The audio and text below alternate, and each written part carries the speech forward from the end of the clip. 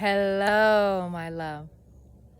I'm excited to be with you right here. I've got this gorgeous golden light behind me, and a beautiful full moon is going to rise soon on the horizon, and I'm on top of a mountain. And here we are. We're meeting each other on the path. Maybe I can turn, you can see the path. There we are on the trail. The Tao, the path, the way. And I'm here today connecting with you, and because I have a question. What do you feel about, what do you think about, there's a biker, about being a healer? What does it mean to be a healer? Are you a healer? Are you, when I say to you, hey, embody your inner healer, what comes up for you? And the reason I'm bringing this up is because actually this is really near and dear to my heart, and it's a little bit revelational. You know how you know something your whole life, but then you know it, and then when you know it, it goes out of just concept into an embodiment. And so that's being a healer for me. And so the definition, I think that would be really helpful for us to define what is a healer. You know, I think we all have different definitions, and I would love to hear your definition of what it is to be a healer. But from my, just in brief, the sense and feeling that I have in my own body is that, you know, we are all healers. We have within us an intrinsic ability to heal ourselves, right? You know, when I was a kid, we've all had something like this. Broken bones, it's not broken anymore. A broken heart, I'm recovered. Used to have asthma, I don't have asthma anymore. Fell down and scraped my knee and was bleeding, I'm no longer bleeding, right? So our body knows how to heal. And my whole life, I had people call me a healer, and I sidestepped that and I pushed that away. And honestly, I feel like partially it was humbleness, just because you're not going to be ego, but also partially it was just because what I was doing is I was removing myself from the equation, right? I was making it all about everyone else and not really seeing my role in the situation, as if I was invisible.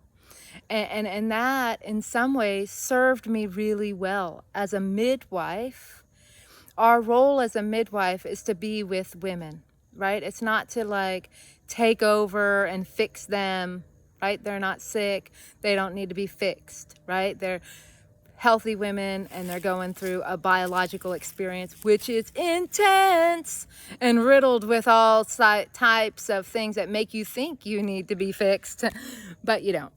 And that's part of the wise woman path, part of the perspective of healing that I have. And that's why I was always saying, oh, I'm not a healer, is because, you know, the plants have the healing medicine in them.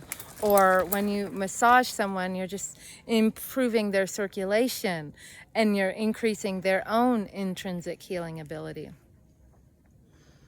And so when we practice qigong, we're extracting energy out of the air, and we are connecting with all the elements, and we're circulating those through our bodies. So then we become more centered and more aligned, and our energy bodies, our luminous bodies, are active and alive and online. And when our luminous bodies are active and alive and online and in alignment, then we hold a healing presence. So when we can drop into emptiness and walk into a room, we are holding a healing presence. And I feel like, and I know that all of us has that ability, right? And qigong is a practice that increases and enhances and brings awareness. It amplifies that ability. And then you can share that healing with other people.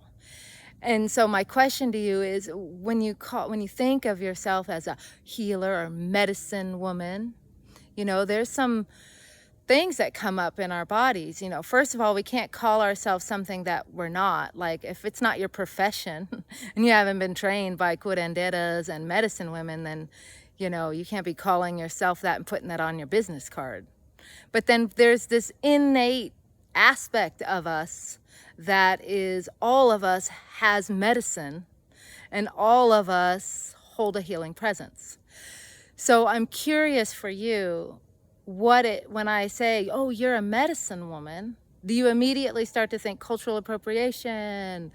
You're not Native American? Or do you start thinking, like, what do you think? The other piece why I'm bringing this up is I shared this with someone, oh, inner medicine woman or inner healer, and she was like, oh, I feel a lot of constriction. And partially it was because her thought of what healing is, as if it's this, like, you can just lay hands on someone and they'll never have a disease. They'll never get old. They'll never die. They'll never have that problem anymore, right? Where, you know, the wise woman perspective doesn't see disease, growing old, or dying as part of the problem. They just see that as part of the natural life cycle of a human, and to be recognized that you're whole and complete within it, and then to find ways that are more skillful and helpful for you to stay as healthy as possible. But it doesn't necessarily mean that you're gonna just like eradicate a disease that you've had your whole life, right? So it's unrealistic expectations. But then I also feel like it comes from the persecution of medicine women and the persecution of healers. And maybe you have that, the persecution of that. And I know I sure did. And I definitely don't want to culturally appropriate, and yet at the same time, I'm clearly a medicine woman, right? And so it's this fine line of this identity and this, like, putting a stake in the ground and claiming it. So I'm so curious about what you're thinking and feeling about this topic, because soon, when we go into qigong and we go into the sacred journey and we go into the year-long spiral, whether you join for the year long or whether you come for individual sessions, that's exactly what we're doing. We are embodying our inner healer and activating our inner medicine woman. We're bowing to the teacher within, and we are walking the path of the Tao and practicing qigong the wise woman way, which is the path of a healer, which is a path that we all have capacity to walk. So I'm gonna end it here, opening the conversation up to how do you feel about being a healer or medicine woman?